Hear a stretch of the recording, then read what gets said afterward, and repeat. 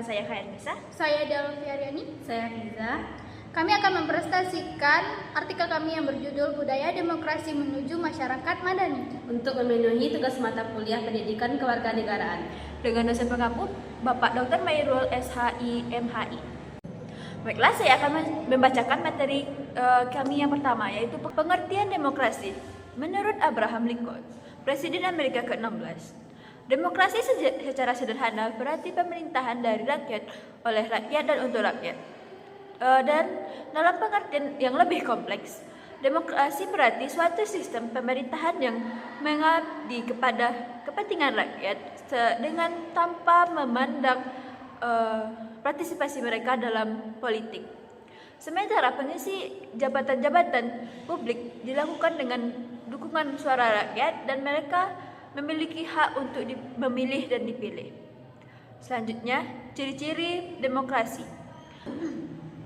Adanya perbatasan terhadap tindakan pemerintah untuk memberi perlindungan bagi individu dan kelompok dalam penyelenggaraan penggantian pemimpin secara berkala, tertib, damai, dan melalui alat-alat perwakilan yang efektif. Perasaan pendapat umum baik seperti pers, televisi, dan radio harus diberikan kesempatan untuk memberikan pendapat mereka secara bebas dalam merumuskan pendapat mereka sendiri. Sikap menghargai hak-hak minoritas dan perorangan lebih mengutamakan musyawarah daripada paksaan dan dalam menyelesaikan perselisihan. Sikap menerima legitimasi dari sistem pemerintahan. Dalam bukunya Introduction to Democratic Theory, Harry B. Mayo memberikan ciri-ciri demokrasi dari sejumlah nilai atau value, yaitu sebagai berikut. Yang pertama, menyelesaikan perselisihan dengan secara damai dan berlembaga. Yang kedua, menjamin terselenggaranya perubahan secara damai dalam suatu masyarakat yang sedang berubah. Yang ketiga, menyelenggarakan pergantian pimpinan secara teratur. Yang keempat, membatasi pemakaian kekerasan sampai minimum. Yang kelima, mengakui serta menganggap wajar adanya keanekaragaman. Yang keenam dan yang terakhir, menjamin tegaknya keadilan. Baiklah, saya akan melanjutkan presentasi dari rekan saya, yaitu 3. Prinsip-prinsip demokrasi. Mewujudkan sistem politik yang demokratis di dalam suatu negara bukanlah sesuatu yang mudah. Demokrasi tidak dirancang demi efisiensi dan pembangunan, akan tetapi demi pertanggungjawaban sebuah pemerintahan demokrasi untuk memperoleh dukungan publik. Untuk memperoleh dukungan publik dengan baik, setiap bangsa dalam satu kesatuan sistem politik, negara harus mampu menata pemerintahan yang berpijak pada sejarah dan kebudayaan sendiri dengan berpedoman pada prinsip-prinsip dasar demokrasi yang diakui secara universal. Prinsip-prinsip dasar demokrasi secara universal memberi ketegasan bahwa yang disebut pemerintah yang demokratis adalah pemerintahan yang menempatkan kewenangan tertinggi berada di tangan rakyat, kekuasaan pemerintah harus dibatasi, dan hak-hak individu harus dilindungi. Berdasarkan prinsip-prinsip demokrasi yang umum berlaku, dapat diperoleh cangkupan prinsip-prinsip sebagai berikut. 1. Demokrasi sebagai sumber utama dari semua kewenangan adalah rakyat. 2. Harus adanya pembagian kekuasaan sehingga tak ada satu bagian pun dari pemerintahan yang bisa menjadi begitu kuat yang akan menindas keinginan rakyat. 3. Hak-hak individu dan minoritas harus dihargai dan mayoritas tidak boleh memakai kekuatannya untuk mencabut kemerdekaan mendasar setiap orang. Poin yang keempat yaitu pengertian masyarakat madani. Masyarakat madani adalah sebuah masyarakat demokratis di mana para anggotanya menyadari akan hak-hak dan kewajibannya dalam menyuarakan pendapat dan mewujudkan kepentingannya. Pemerintahan dalam masyarakat madani memberikan peluang yang seluas-luasnya bagi kreativitas warga negara untuk mewujudkan program-program pembangunan di wilayahnya. Namun demikian, masyarakat madani bukanlah masyarakat yang sekali jadi, yang hampa udara atau taken for granted. Masyarakat madani adalah konsep yang cair yang dibentuk dari proses sejarah yang panjang dan perjuangan yang terus-menerus. Konsep masyarakat madani, civil society, merupakan salah satu ciri masyarakat madani adalah adanya penghargaan terhadap keberagaman. Karena itu, membicarakan masyarakat madani sangat relevan bagi masyarakat Indonesia yang plural. Masyarakat madani merupakan wujud masyarakat yang memiliki keteraturan hidup dalam suasana perkehidupan yang mandiri, berkeadilan sosial dan sejahtera. Masyarakat madani mencerminkan tingkat kemampuan dan kemajuan masyarakat yang tinggi untuk bersikap kritis dan partisipatif dalam menghadapi berbagai persoalan hidup. Baiklah, saya akan membacakan materi selanjutnya, masyarakat madani dalam pemerintahan komunis di Eropa Timur. Gelombang demokrasi Eropa Timur dan tekanan internasional tidak lahir dari ruang kosong atau vakum. Eropa Timur Rusia mengalami hiruk-pikuk gelombang ini, bahkan getarannya sampai di Asia.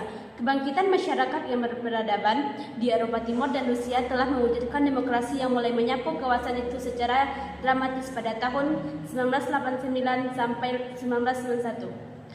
Krisis ekonomi dalam politik yang tak ditemani telah melanda hampir sebagian besar bekas Soviet yang menggunakan ruang bagi destabilitas regional. Politik identitas yang mendasari gerakan separatisme dan nasionalisme agresif nampak tengah meruak ke seluruh Eropa Timur dan membekas Soviet dalam kadar dan dimensi yang berbeda-beda. Di satu sisi, reformasi ekonomi pasca komunisme mulai mendapat tempat yang luas di Hongaria, Polandia, Rumania, dan Bulgaria, dan sebagiannya.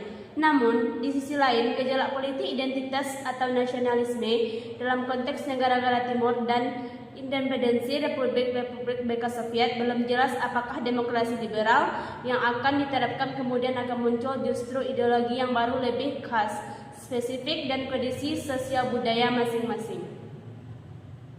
Selanjutnya, masyarakat madani, keadaban dan demokrasi. Dalam upaya untuk mengembangkan peran civil society, maka di sini diperlukan adanya sistem demokrasi dalam suatu negara.